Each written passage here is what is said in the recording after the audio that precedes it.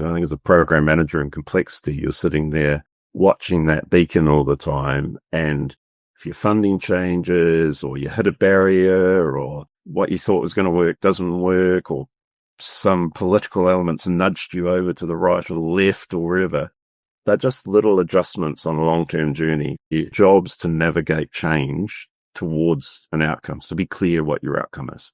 And then because of that, you need to build a system that is agile and responsive. So you can change and you've got mechanisms to change. Don't get locked into certainty, locked into a set way. The systems are there to support your efforts to navigate around barriers to get to where you need to go.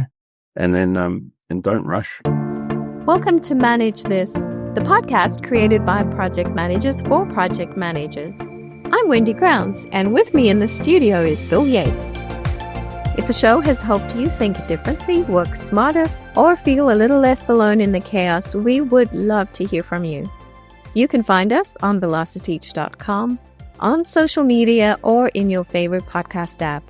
And don't forget, you can earn free PMI PDUs just by listening. Stick around until the end of the show to learn how. So let's get started and see what insights, ideas, and perspectives we can add to your project management toolbox today. Imagine stepping into a New Zealand forest. The air is cool, leaves rustle, but not with the familiar sound of a kiwi moving through the undergrowth. Without the kiwi bird turning the soil, the forest floor feels strangely still. Insects that once depended on that gentle disturbance now multiply unchecked. Seeds that relied on the kiwi beaks to travel lie where they fell, altering the rhythm of the forest's renewal. It's a future that feels uncomfortably possible, and one that forces a sobering question. When a nation shapes its identity around a bird, what becomes of that identity when the bird is no longer there? Today we're asking, what does large-scale project management look like when the stakes are an entire ecosystem? Our guest is Brent Beaven, and he has spent more than 25 years leading environmental work across New Zealand, from tracking kiwi to shaping national conservation strategy. As the Department of Conservation's manager for Predator-Free 2050, Brent leads one of the most ambitious long-term programs in the world, bringing government, iwi, businesses, and communities together around a shared goal. With more than 25 million native birds lost each year and thousands of species at risk, this is project leadership under real pressure. We're talking complex systems, competing stakeholders, and zero room for complacency. Many of New Zealand's native land species have already disappeared, at least 60 bird species, along with several frogs, plants, and countless invertebrates. Of the more than 9,000 species that have been assessed, over 3,000 are now threatened or at risk, with thousands more they still don't know enough about. And every year, predators kill more than 25 million native birds, underscoring just how urgent and high stakes this challenge has become. Hi, Brent. Welcome to Manage This. Thank you so much for joining us today. I'm really looking forward to it, Wendy and Bill.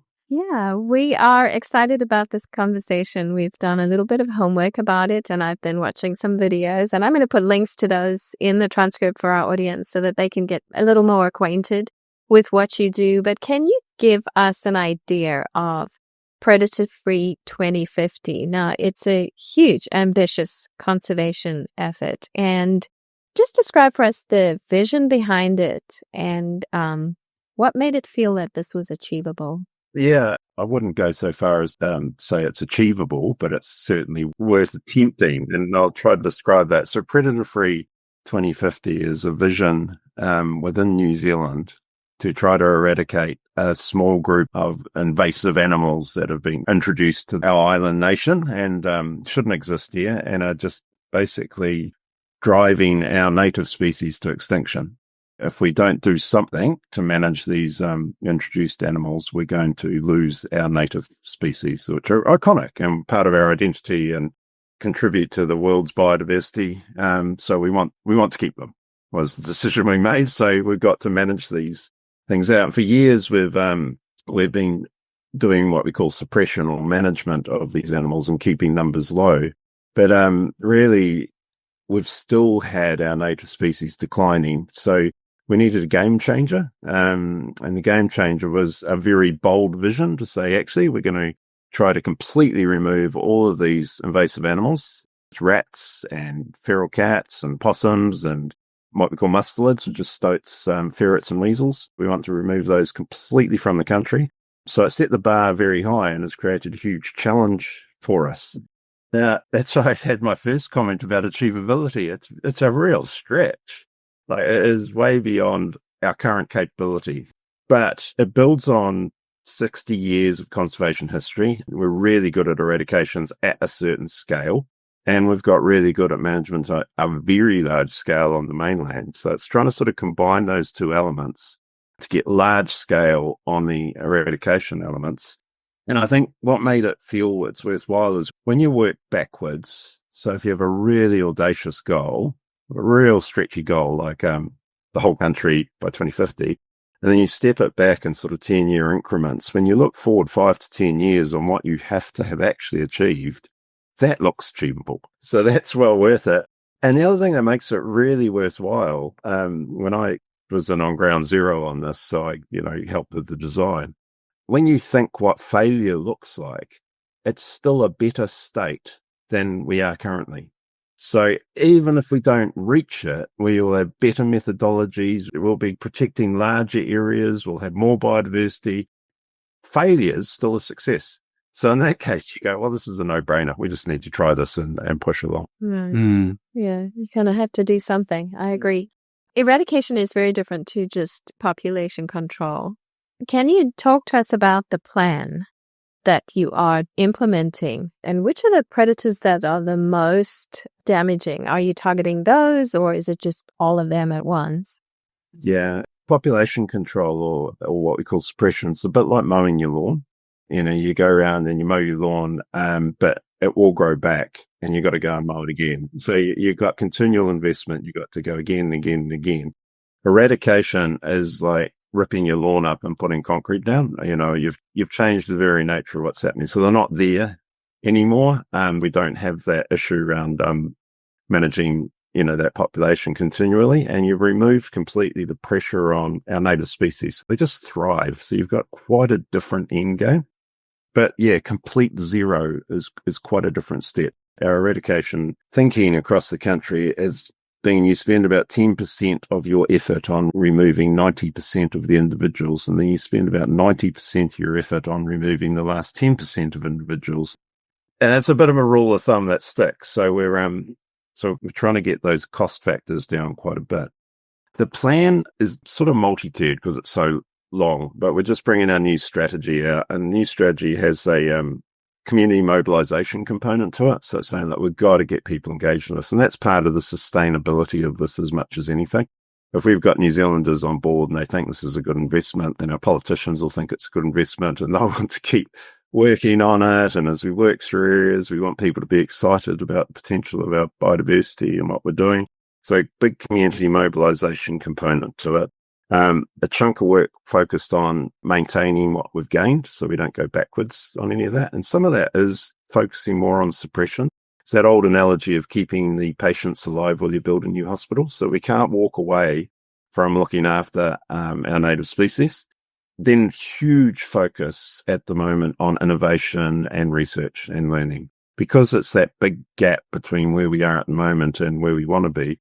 Got a lot of focus around filling in our knowledge gaps and trialing and testing stuff and allowing failure. As long as we learn, we just got to unlock the ability to do these next steps after this. And then we've sort of got this last phase is about preparation for acceleration. So we know that if we can prove concept, have the plan in place, have everything lined up, and have a really good story on return on investment, benefits frameworks. What's New Zealand buying when it does this? What's the benefit it gets as a whole?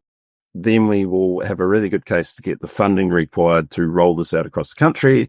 And at that point, we need to be prepared for that. So we work through that stage as well.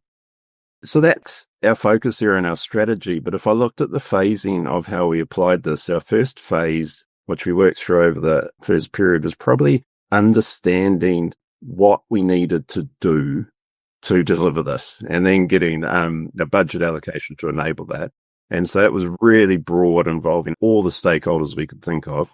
But now that we've developed a roadmap to get us moving and what we need to do, it's a bit more focused now on building the evidence and the business case. So filling those knowledge gaps, building the evidence that this is worthwhile, that we know what we're doing, getting proof of concept in place. And then our third phase will be that rollout phase beyond that. You also asked, you said what predators are most damaging, but where we've come to is it's the cumulative impact of the predators, which is the issue. Food webs are really complex. So if you take one out, you often get a compensation in the others. And it's the additive or cumulative effect of these that is actually eating our native species out from under us. We've got to manage all. So we've gone for a multi-species eradication program that we're trying. Brent, one of the things that you've mentioned, which is very relatable for our project managers, is having a multitude of stakeholders and figuring out, okay, which ones is it really important that we get engaged and keep engaged in this project? So I know for New Zealand, the Department of Conservation, they're trying to coordinate 26 national entities toward this single long-term objective. 26 entities. If you think about that, that's a bunch of stakeholder groups there that are all trying to collaborate on the project. So how do you align so many stakeholders toward a shared milestone? Yeah, I'd like to make some throwaway comment around herding cats, but yes, it is a bit like that. Look, I think that we have had a slight change on how we do that. When we started, it was really important we were inclusive. So we mapped out all of the mandate elements. Now, this comes to that adage of, what's the nature of the program you're managing? Is it simple? Is it complicated? Or is it complex? And when you get into complexity, our existing systems aren't well established to manage those. We try to simplify all the time and bring things back to either being complicated or simple. And sometimes a complex problem needs quite a different approach. It almost needs a complex approach. And when you map the mandate out, even the Department of Conservation's mandate was not broad enough to cover all of the actions and work that was required to deliver on this. So when we mapped out all of the elements that needed to do, that's where we understood the breadth of interest groups that need to be brought in. And if someone else was interested at a national level, we brought them in as well, because, why would you exclude people in that early phase of trying to map out the work you've done? Now that we've mapped out the first phases, we're actually going to simplify that involvement a bit. So not as many people are involved at this initial stage. Others will come in later, and that's helped considerably. But we did have very large collaborative processes. We broke it into structures, so we'd have one around landscape scale and eradication investment, one around policy and legislative frameworks and that. And it was all the groups would bring together those specialist sort of knowledges to map out the pathways. So they came out with the action plans required we needed. And then our role as the Department of Conservation, or the lead agency, was to consolidate all that together into a program of work. I think if there's one lesson out of this, it would be make sure there is only one entity that's in charge of strategy and coordination.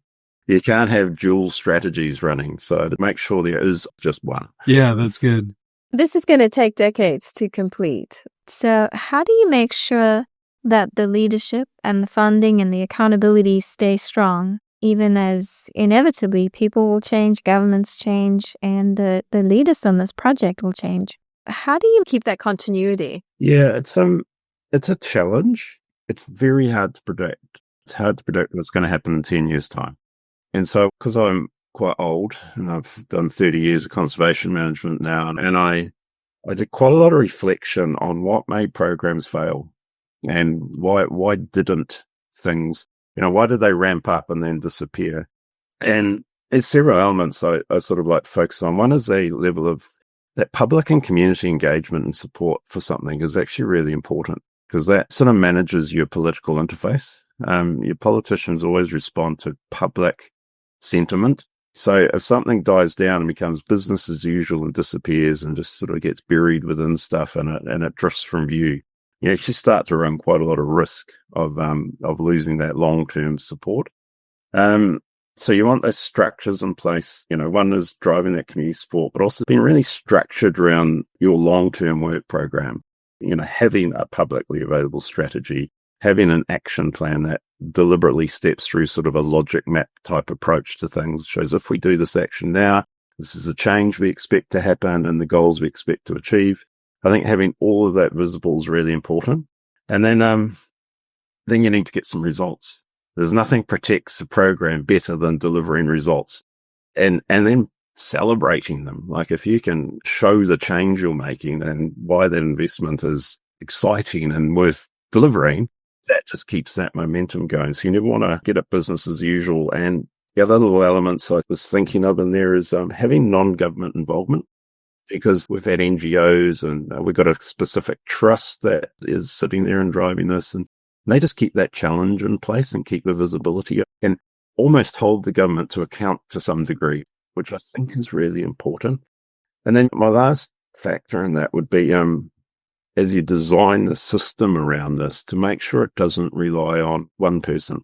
So if you get anchored around an individual, then you got one point of system failure. So it's really important. There's a real tendency for people who create these sorts of programs to be very strong personalities, myself probably included in there, if I'm honest about it. And you gotta hand it over and let other people take ownership. So if you can spread that ownership much more broadly than just a single individual or a single entity. These are outstanding. I think about many of the listeners have projects or programs that go for quite a long time, maybe not decades like this very ambitious program, but still these are such great lessons. I encourage people to go back, hit that rewind button and listen to those points that you brought out. Those are so good. I think about some of the projects that I worked on and the great need, because of the length of the project, to keep people engaged and keep, to celebrate wins. When we hit a milestone, there may be 5 milestones over the life of the project. If we hit the first one and the second one, we have to celebrate and keep reminding people we've had success on the first 2. That's awesome. Look at the third one that's coming up. This is going to be great. And also, what a great point about, not only keeping it high visibility, but not depending on one person. It's so important. Those are great points you brought out. Yeah, as a project manager, I'm continuously testing, could I walk away from this project? Could I shift? And I shouldn't be here forever. I've been about 10 years now, and I've already exceeded what I think is a healthy span for a project manager, because everyone's got their own limitations, and, you're going to hit those over that sort of period. So it's just saying, are the structures in place? Is everything there? Is there enough other ownership that I could step off and this will continue on a good trajectory? One thing I don't think we covered is, when did this project begin? I don't know if we've actually mentioned that. And you've been there from the start, is that right? It was announced in 2016. And it sort of really got going in 2017 with the appointment of staff and first projects being funded. But it's built on 60 years of history. It's island eradications, community-based staff, a push for many years. The whole time I was on Stewart Island, there was a push for taking all the pests off Stewart Island, which then moved into this, could we do it across the whole country? So there was talk about it for 6 years before it was announced, and it just built a momentum, almost built the perfect wave, actually, as to getting that level of support. Let me make a quick note. Some people may not be as familiar with Stewart Island as Brent is. So it's just south of New Zealand. It's a large island, maybe 20, 40 miles off of the coast. And you were living there for a number of years, more than a dozen years, and doing some of the work there. Yeah, and it's about 170,000 hectares, and I have no idea what that is in acres. I think it's like, I was looking 25 by 45 miles. So, yeah, about that size. Yeah. It's like a little microcosm of New Zealand, the very big wild places on it. So I spent quite a lot of time there. Even in the predator-free sense now, that's one of our test grounds and where we're trying to see, can we achieve eradication? If we can achieve eradication on Stewart Island, it's the right sort of scale to say, we got the scale. This. What have been some of the small wins that you've celebrated? I think with program managers, you always look to the next problem, don't you? So it's You forget the good I don't have stuff. time to celebrate. We got work to do. You get something solved and out of the way, and then what's next? What's next? What do I have to fix here? But we've had cross-government support. So every party that's come through has supported this. We've got a very healthy budget allocation to deliver on it. I think the shift into some of the science investment is really cool, and we've I managed to get our scale of eradication up about 110,000 hectares now. So as a one-off project, we're starting to crack the scale. Got a really strong shift into defence. How do we defend sites? Because we can't do the whole country in one go. We're always going to have to hold the line somewhere. So developing those. The things I love and I find as really good wins is just that shift from new projects always have a lot of criticism and people aren't sure and you get a lot of doubters and everyone wants to point out all the problems. Then seeing that shift over time to now where this is more embraced and it's become an accepted project and something people are proud of and driving towards and can see the benefits of. So that's the sort of one I enjoy. But yeah, there's lots of toys and stuff coming out, new traps, new toxins. A couple of good teams focused on eradication now. So we're getting a lot of professionalism driven into that area. So if you want a small one of the ones that is quite personal to me that I'm quite proud of is I'm on the board of a little project called Capital Kiwi. And by achieving a predator-free environment around Wellington, we've been able to reintroduce kiwi back around our capital city, around Wellington. So in the foothills, the wild areas beside Wellington, but people are encountering kiwi now on their mountain bikes when they go mountain biking, they go running, they're turning up in people's backyards, getting captured on trail cameras. There's a golf course where people are going golfing and can encounter kiwi, so we've got a population of over 250 birds now, breeding successfully and self-sustaining around Wellington. We lost kiwi around the Wellington region over 150 years ago. So, that's just that complete absence to being able to get something that people really treasure and think is, really sensitive and vulnerable back into a site like this. And it's that lovely interface of wildlife and wildlife areas not being remote preserves that people go and visit anymore, but that ability to fold where people live and our native wildlife back together into one location. Rin Love here with a glimpse into projects of the past, where we take a look at historical projects through the modern lens. Today's feature is not so much a formal project as it is one of the most mysterious discoveries in human history, the Nazca lines and geoglyphs in Peru.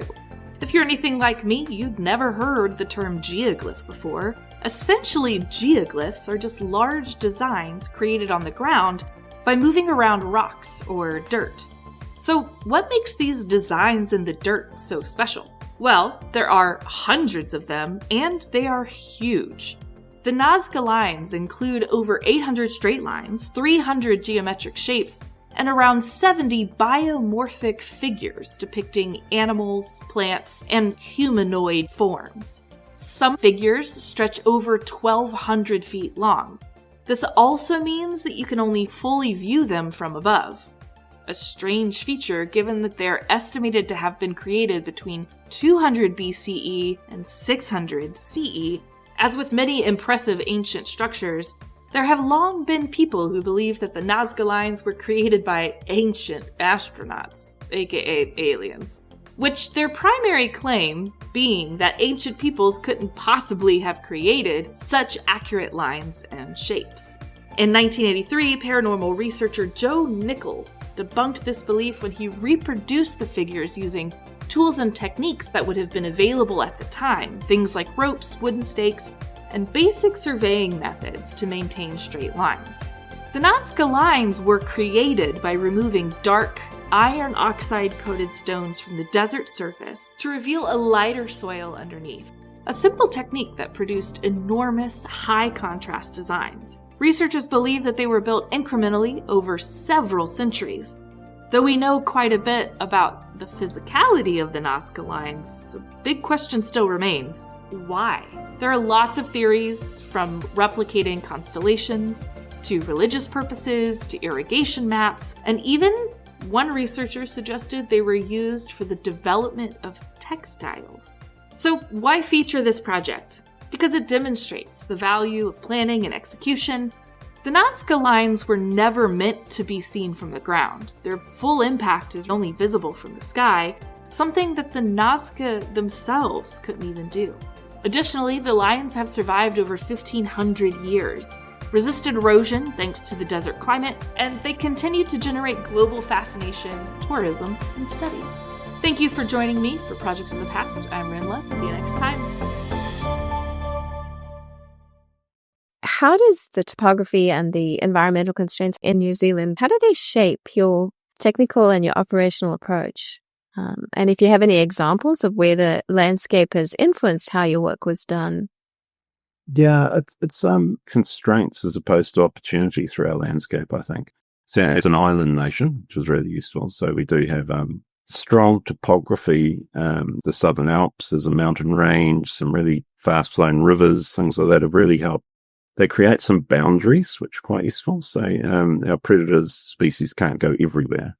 Even our farmland creates a boundary to some extent, because it is a very intensive farmland, puts very defined corridors of movement for these animals within them. What it's enabled is things like, we've got a big project going in Southwestland. We're getting delivered by an innovative little company called Zero Invasive Predators.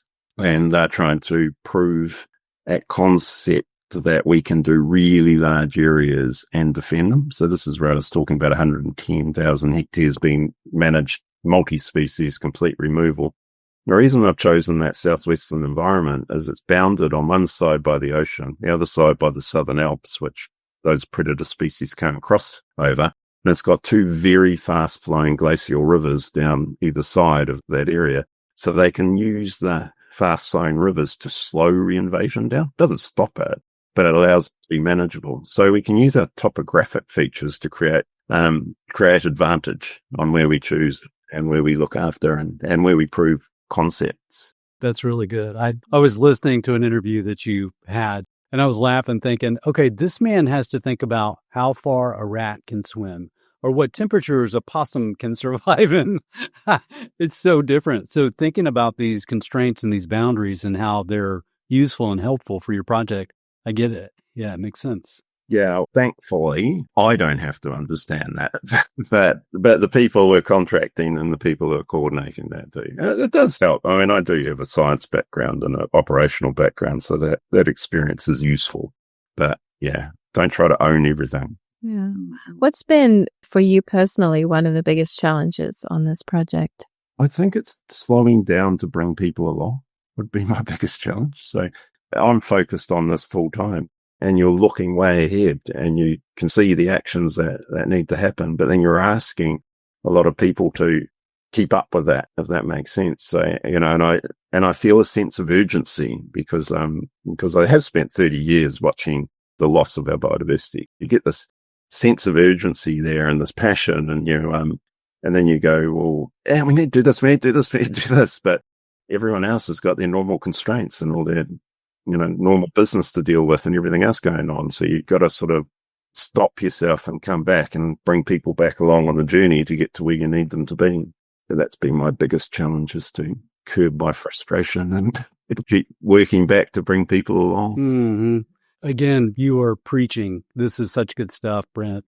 This is a concept, I wouldn't say for beginner project managers, they're not there yet. They haven't really faced that. But for those that get more advanced in their career, this is something that I certainly struggled with, and I know others do too, which is, it's like maybe I've been the one meeting face-to-face with the customer, or I've seen the impact. Like in your case, you've seen the impact of this project not being completed, and you feel urgency and passion about it. And the same thing, there are times when, as a leader of a team and stakeholders, we have to stop and go, okay, I've experienced things or I've seen things at maybe at a deeper or more developed level than other team members. They don't quite get it yet. So how can I communicate this better? How can I communicate it better to other stakeholders? Maybe it's the contractors, the business partners that I have. They see their little piece and what they need to do, the specification that they have to do. But I want them to see the big picture, because then I think then they'll embrace it and they'll be even more innovative with their solutions. And yeah, the same thing I struggle against, push. Why don't you guys get it? I can see this so clearly. Such good advice to all of us to remember to slow down. I probably have a deeper, richer perspective than others just because of the position I'm in, the visibility that I've had. So I need to remember that and think about that with my team and my business partners. It's great advice. Yeah, it's a really good summary, Bill. But I always think intuition is just experience coming through. You know, you're experienced, you just seeing things, and you don't always know why, but it's just, if you stopped and slowed down, you would actually connect the dots and see why you think you need to get to the spot.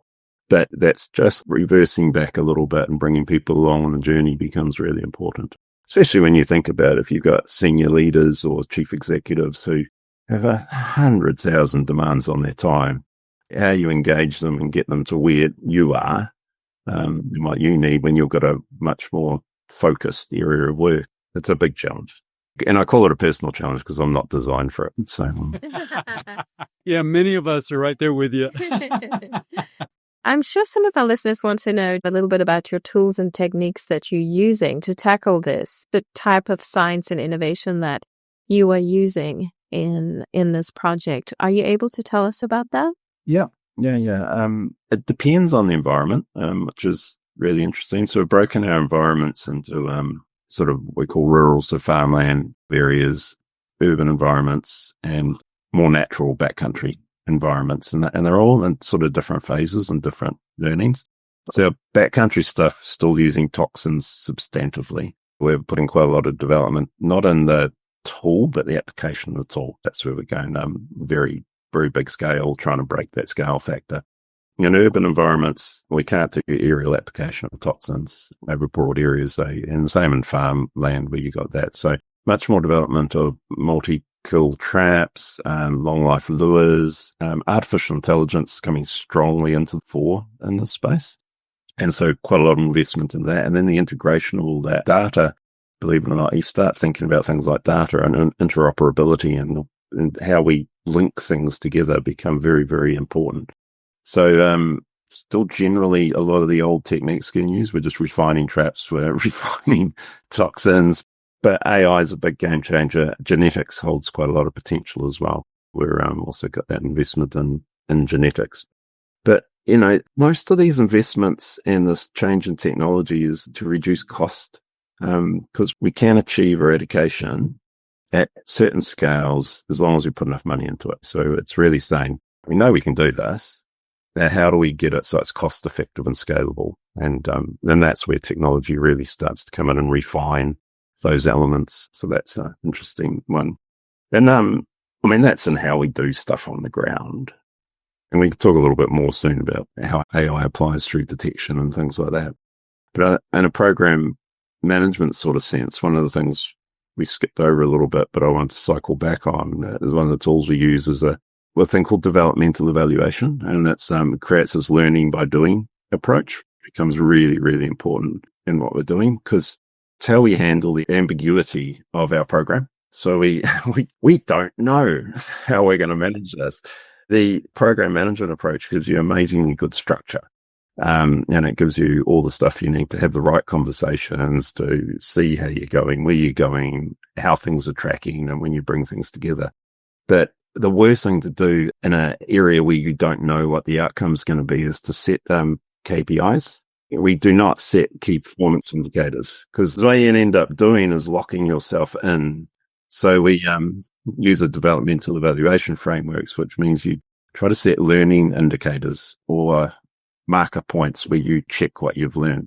And it's very simple. Basically what you do is you invest in something, you make sure you've invested in the learning from whatever you've done, and then you have a system that enables you to apply that learning to your next steps.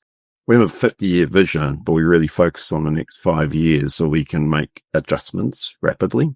If our learning told us we had to turn around and go backwards or the other direction from where we were, that is the right thing to do in our environment. You know, so if you're locked into a KPI, you would keep going to achieve that, or you would have a sense of failure.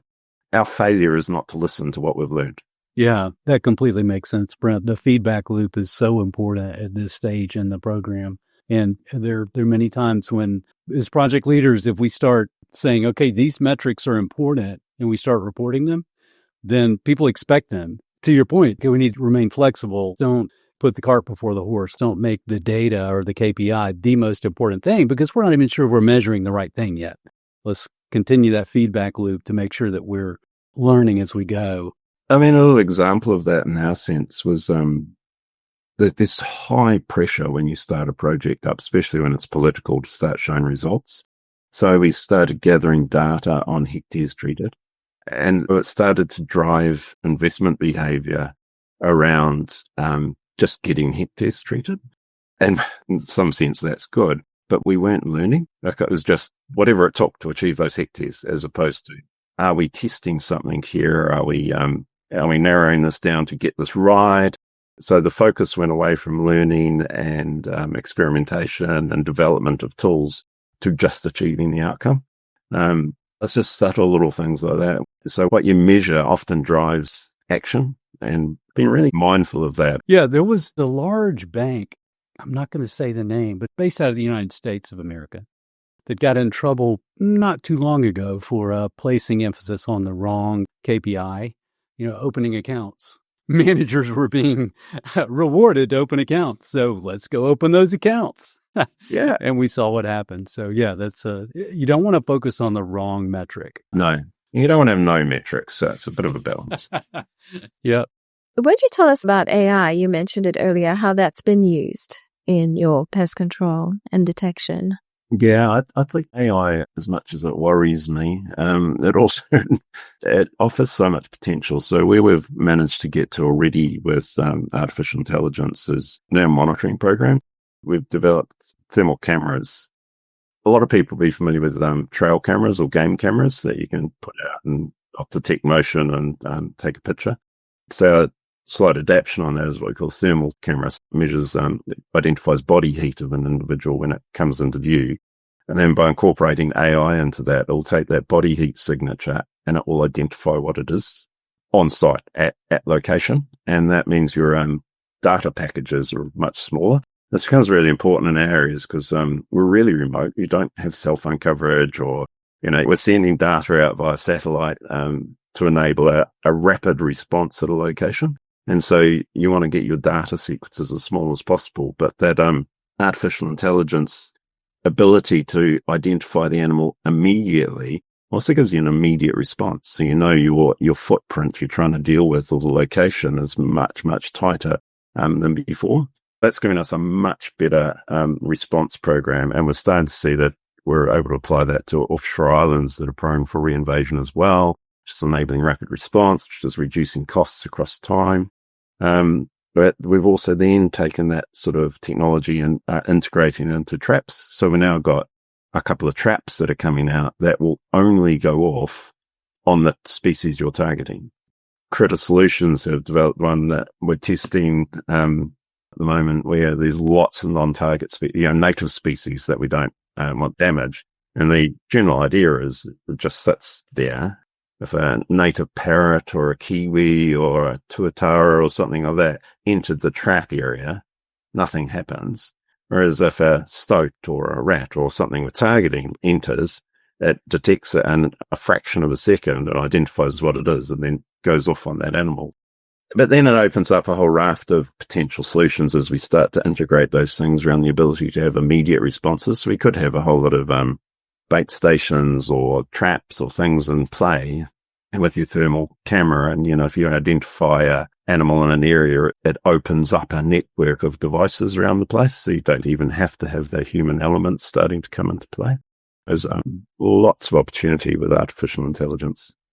And it's also given us a lot of cost savings in our more traditional camera sense, in that you get a lot of images. How do you identify those images? So we can use AI to classify the images now and detect the animals we're looking for. That takes, instead of spending hundreds of hours going through data and images, it'll all be done in an hour or two by artificial intelligence going through stuff. And then we've been the same application and acoustic recorders, our monitoring of response in our native species. We put the recorders out that just record what the bird song and things like that. And then we can use artificial intelligence to classify all that instead of having to put people out into the field. Not that we want to remove people from the field, but we can redirect them into more useful pieces of work. That's amazing. There's so much you can do. Some of the tools that you're exploring, toxins, and maybe some of the genetic approaches, it could raise some tricky ethical issues. Have you had any pushback on that? Have communities fully engaged with what you're doing? Yeah, there's aerial toxins within New Zealand certainly do wind up sections of the community. Genetics is a hot topic within New Zealand in general because we've got GE laws, that prevent genetic engineering within New Zealand. So it's they are touchy subjects, but we are at is we've got very, very strong public support for the outcome, not the removal of predators, but the outcome beyond that. Our thriving wildlife, having our Kiwi background, our capital city again, being able to interact with these things we think are really special. Strong public support for that. And at the moment, I suppose we're in that Goldilocks phase where we're just trialing. We're not committed to any of these. So it's quite okay to say, well, we'll do some investment here in a lab and see how that plays out and see whether it's real or not. We will trial this over here to see how it plays out with this community. But yeah, when we get to the idea of rolling this out at a much broader scale, there will be those elements. We're just going to have our eyes wide open, and we're dealing with a population. So there's always going to be a portion of that population that will disagree with what you're thinking. I think when I was going to be managing these projects before, I was like to ask the question of, well, what proportion opposition do you think is acceptable? What proportion would you say stops you doing something? And then if it's a democracy, if you've got 50% support, you theoretically can carry on and do things. But, conservation's a bit different from that. Is it 90% support? Do you let 10% of people stop 90% of people doing what they want, or is it tighter than that? And I think just trying to think some of those issues through beforehand is quite useful. Brent, for project managers that are leading complex, highly uncertain initiatives, reflect on your experience and share with us lessons that you've learned from the Predator-Free 2050 that might help us in some of our projects. One is I would take the time to understand complexity theory. Complexity is different to complicated, and it's different to simple. And the responses, you have to have the right response for what you're dealing with. Ecological systems and social systems are inherently complex regardless. If you're dealing with those systems, you're probably in complexity, so you'd be well advised to understand it. But I think to manage that effectively is a clear long-term goal that seems very, very challenging, but is far enough away, acts like a beacon. So it doesn't really matter what happens, as long as you can always see that beacon on the horizon, you can navigate to it. And so that helps you to deal with change. I think as a program manager in complexity, you're sitting there watching that beacon all the time. And if your funding changes, or you hit a barrier, or what you thought was going to work doesn't work, or some political elements nudged you over to the right or the left or wherever, they're just little adjustments on a long-term journey. So your job's to navigate change towards an outcome. So be clear what your outcome is. And then because of that, you need to build a system that is agile and responsive. So you can change, and you've got mechanisms for change. Don't get locked. Don't get locked into certainty, locked into a set way. The systems are there to support your efforts to navigate around barriers to get to where you need to go. And then, and don't rush. Don't rush, because there's a lot of pressure to rush. Don't rush. You've got time. Yeah. Such great advice. I love the idea of, that beacon, that goal, all right, these are the benefits of our program, the project that we're pursuing. Man, I'm having a bad day, or man, I'm having a bad month. We've had some big setbacks. Let's focus on the beacon. Let's focus on the benefits of this project. And this is a marathon. It's not a sprint. So let's just keep focused on that and celebrate those small wins when they happen. Yeah, great advice. I know our audience is going to want to find out more and hear more about this project. So where can they go to find out more information? The best spot's our website, www.doc.govt.nz, so the Department of Conservation's website. And if you get on the homepage, there's a little tab there that says PF 2050, so Predator Free 2050. I will put links to the website in the transcript so that any of our audience who wants to can just go and click on there and get in touch. This has been fantastic, Brent. Thank you so much. Thank you. Very easy conversation. That's a wrap for today on Manage This. Thanks for hanging out with us. Don't forget, you can visit velociteach.com anytime to subscribe, catch up on past episodes, or read the full transcript of today's show. And the best part, you've just earned free PDUs for listening. Head over to velociteach.com, click Manage This Podcast at the top, hit Claim PDUs, and follow the simple steps. We'll be back soon with more stories, tips, and strategies to help you level up your project management game. Until then, keep your projects moving, stay curious, stay inspired, and keep tuning in to Manage This.